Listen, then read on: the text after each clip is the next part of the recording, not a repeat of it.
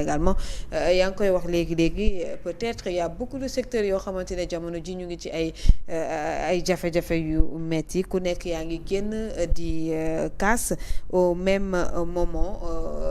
gis nañ ne coow li bëri na lool ci réew mi am njaay joxol Diop loolu lañ fi daal di nemmeeku alors Cheikh Tidiane sur hier la sortie quand même de l'honorable député ki nga xamante ne moo di Bara Ndiaye quand même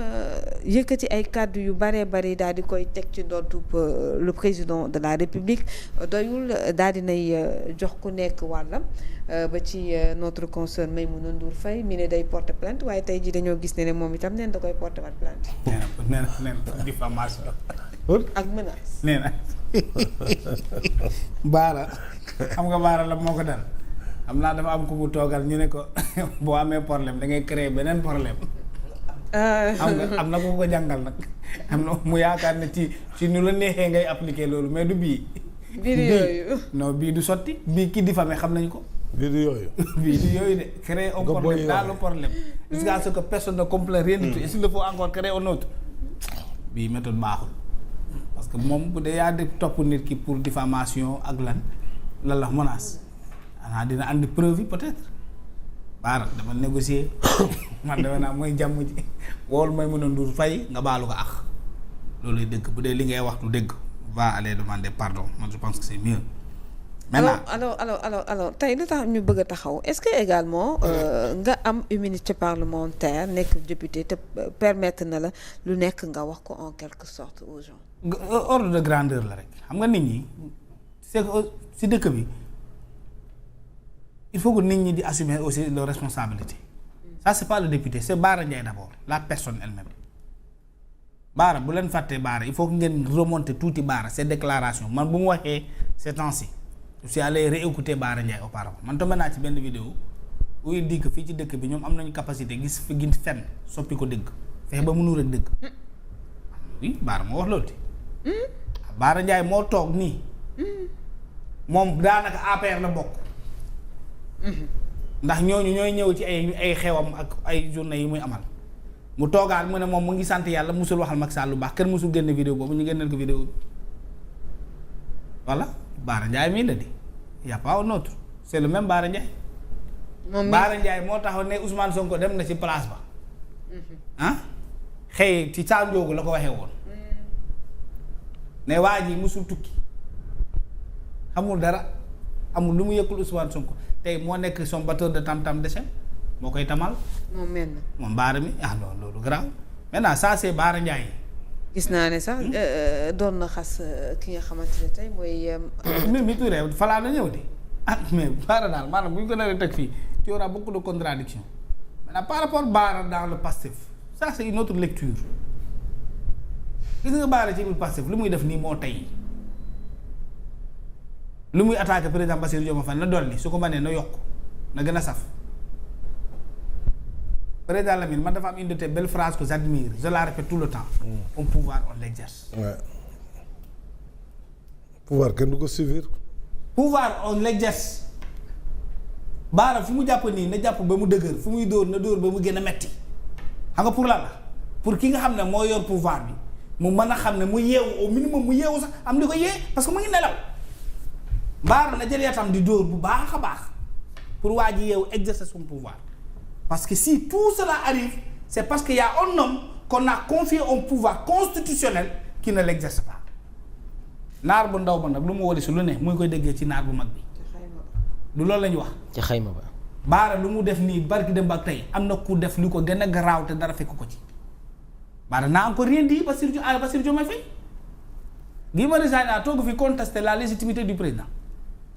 Mimi Touré boobu jamono da ngaa dégg mu wax pour naan Guy Marius Sagna li nga def ce n'est pas normal on n'est pas d'accord Aïda Mbodj dégg ngeen mu ñaawul wax jooju à l'époque y avait aucune crise ils étaient ok tout est nice le parfait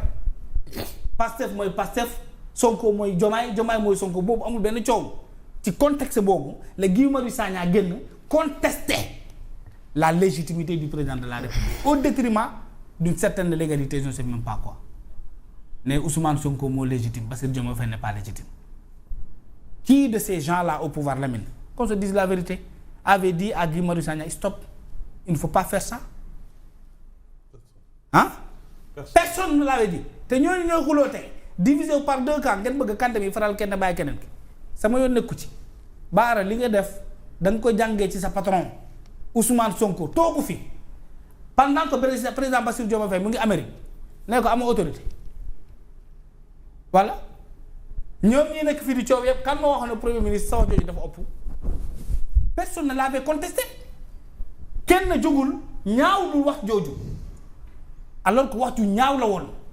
gii wax ko Ousmane Sonko waxaat ko ñu dawalaat ba jëmmi jamono Guy Marius Sagna def révélation ne Bassirou Diomaye Faye c'était un président de transition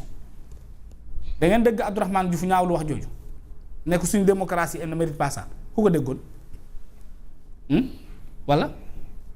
dégg nga Mimi Touré mii tey ñuy wax ne moom président mooy président coalition Diomaye président coalition boo xam ne sur le plan texte ak loi mooy la coalition qui a conduit Bassirou Diomaye Faye au pouvoir. Le PASTEF n'existait pas en ce moment-là, n'existait pas parce qu'il était dissous. Le PASTEF était dissous, les gens oublient. Tout ce que Ousmane Sonko fera au nom de la coalition Diomaye